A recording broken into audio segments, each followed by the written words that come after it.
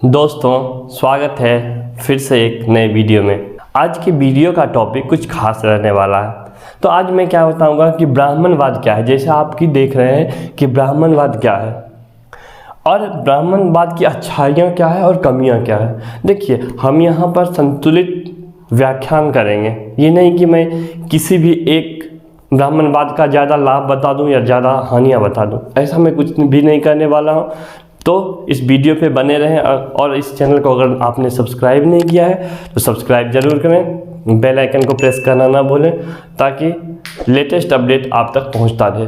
तो देखिए, आसान भाषा में समझा जाए तो ब्राह्मणवाद क्या है कि जब मानवों का विकास हुआ तो मानव एक व्यवस्था, एक सिस्टम में रहना चाहा हमेशा। जैसे परिवार एक सिस्टम है, समाज एक सिस्टम है, गांव एक सिस्टम है, देश एक सिस्टम है। देश में सारे पुलिस व्यवस्था है, उसमें न्याय है, उसमें कोर्ट है, कचहरी है, सब कुछ है।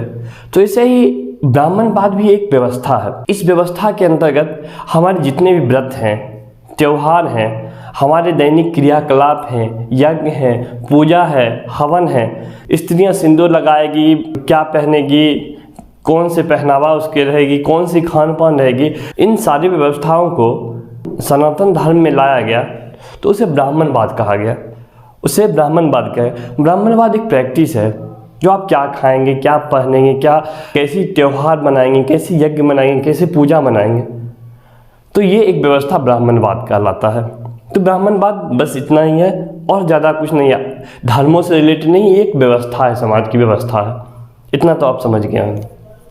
अब देखिए, आप समझ गए कि ब्राह्मणवाद क्या है। अब हम इसकी अच्छाइयों और कमियों पे जाते हैं। तो कमियां इसमें यही है कि समाज में जब एक व्यवस्था बनाएगी तो वहाँ पे क्या हुआ, चार वर्ण बनाए गए, 4 प्रकार के वर्ग बनाए गए ब्राह्मणवाद में। ब्राह्मण, क्षत्रिय, वैश्य और शूद्र, 4 प्रकार के। तो ब्राह्मणों को कुछ ज़्यादा अधिकार दिया गया, उसके बाद उससे कम क्षत्रियों को दिया गया, फिर वैश्य को दिया गया और शूद्र को बहुत ही कम अधिकार दिया गया। उसको दिया गया कि आप पूजा पाठ में भाग नहीं ले सकते, आप वेदों को नहीं पढ़ सकते। तो इस प्रकार हाँ, यहाँ पे शूद्रों के साथ भेदभाव हुआ है। हम मानते हैं ब्राह्मणवाद में भेदभाव हुआ है। ब्राह्मणवाद लोकतांत्रिक नहीं है, यहाँ सभी के विचारों को एक समान रूप से नहीं देखा जा सकता है। ब्राह्मणवाद एक ऐसी व्यवस्था है। ब्राह्मणवाद समावेशी नहीं है, सबके लिए वो नहीं है, क्योंकि जो निचले तबके के लोग जो होंगे वो हमेशा प्रभुत्व में रहेंगे, किसी के अंडर रहेंगे। ये ब्राह्मणवाद है। दूसरी तरफ ये सब इसकी कमियां हैं। दूसरी तरफ हम अच्छाइयों पे अगर जाएं तो अच्छाइयां इसमें है कि एक पूरा सिस्टम है। जैसे आप दिवाली को नहीं छोड़ सकते, आप होली को नहीं छोड़ सकते, आप जितने भी शास्त्रीय नृत्य हैं उसको नहीं छोड़ सकते। कथकली है, कथक है, कुचिपुड़ी है, ओडिसी है, भरतनाट्यम है, ये सब ब्राह्मणवाद की ही उपज है। आप उपनिषद को नहीं छोड़ सकते, ये भी ब्राह्मणवाद का ही उपज है। तो अगर आप कहते हैं कि ब्राह्मणवाद को पूरी तरह तोड़ दिया जाए, छोड़ दिया जाए, तो ये कभी संभव नहीं हो सकता। ठीक है, उसकी जो कमियां हैं, जहाँ भेदभाव हो रहा है, शूद्रों के साथ भेदभाव हो रहा है या और भी किसी वर्गों के साथ भेदभाव हो रहा है, तो उस भेदभाव को कम किया जा सकता है। मंदिरों में शूद्रों को नहीं जाने दिया जाता है, लेकिन धीरे धीरे समय बदल रहा है। लेकिन अच्छाइयाँ तो बहुत कुछ है इसमें। पूरा एक यज्ञ व्यवस्था है, कैसे यज्ञ करना है, कैसे वातावरण को सुगंधित करना है, कैसे पूजा करना है, कैसे त्योहार मनाना है, कैसे खाना है, पीना है, शादी विवाह के जितने भी व्यवस्थाएं हैं सब ब्राह्मणवाद की उपज है।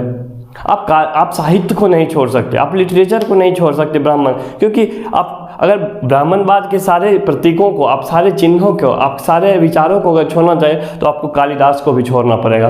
कालिदास को आप नहीं छोड़ सकते। आपको भवभूति को छोड़ना पड़ेगा, भवभूति को आप नहीं छोड़ सकते।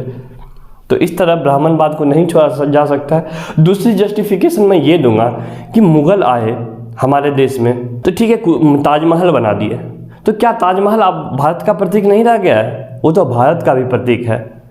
कुतुब मीनार भारत का प्रतीक बन गया है। अंग्रेज हमारे साथ बहुत भेदभाव किए, हमको नीचा दिखाए, लेकिन अभी अंग्रेजों को क्या बनाया हुआ सारा सिस्टम पे हम लोग चल रहे हैं। तो क्या अंग्रेजों का जितना भी आप कानून बनाया हुआ है उसको सबको छोड़ दिया जाए क्या? उसको सबको छोड़ा नहीं जा सकता। उसी प्रकार ब्राह्मणवाद को भी छोड़ा नहीं जा सकता। ठीक है, मनुवाद से लड़ाई है, मनुवाद से लड़ाई लड़ सकते हैं आप फ्री हैं, लोकतांत्रिक देश है, सबको अपनी अपनी बात कहने की बात है। लेकिन आप ऐसे बोलते हैं आज हम दिवाली छोड़ दें, दिवाली अगर छोड़ दिया जाए तो दिवाली में जितने भी मोमबत्ती बन रहे हैं, पटाखे बन रहे हैं, सब कुछ बन रहे हैं, वहाँ निचले तबकों के लोग काम कर रहे हैं, उनका सारा इकोनॉमिक मॉडल ढह जाएगा। उनके बच्चे क्या खाएंगे अगर आप दिवाली छोड़ देंगे, आप होली छोड़ देंगे, आप दशहरा छोड़ देंगे, आप दुर्गा पूजा छोड़ देंगे, तो सबसे ज़्यादा निचले तबकों के वर्ग प्रभावित होंगे। इस व्यवस्था को पूरी तरह छोड़ना संभव ही नहीं है। इसलिए अगर आप ऐसा बोलते हैं कि ब्राह्मणवाद को पूरी तरह से खारिज कर दिया जाए तो ये संभव नहीं है। हाँ, कमियां हैं, कमियां को दूर किया जाए, शूद्रों के साथ या निचले तबके के वर्गों के साथ जो भेदभाव है उसको दूर कीजिए। लेकिन अगर आप ये डिसीजन दे रहे हैं कि ब्राह्मणवाद को पूरी तरह से खारिज कर दिया जाए तो ये सरासर गलत है। इस तरह आपने देखा कि ब्राह्मणवाद की कमियां क्या है और अच्छाइयां क्या है। तो अगर आपको ये वीडियो अच्छा लगा है तो कमेंट बॉक्स में कमेंट जरूर करें, और कोई प्रश्न भी है इस वीडियो से रिलेटेड तो वो जरूर दें। अगर आपकी कोई इच्छाएं हैं, आकांक्षाएं हैं, हमारा विरोध है, कुछ बोला उस पर विरोध करना चाहते हैं, फिर भी नीचे ज़रूर लिखें, जिससे मुझे भी पता चल पाए कि मेरा विचार संतुलित हुआ या ना हुआ। बहुत बहुत धन्यवाद।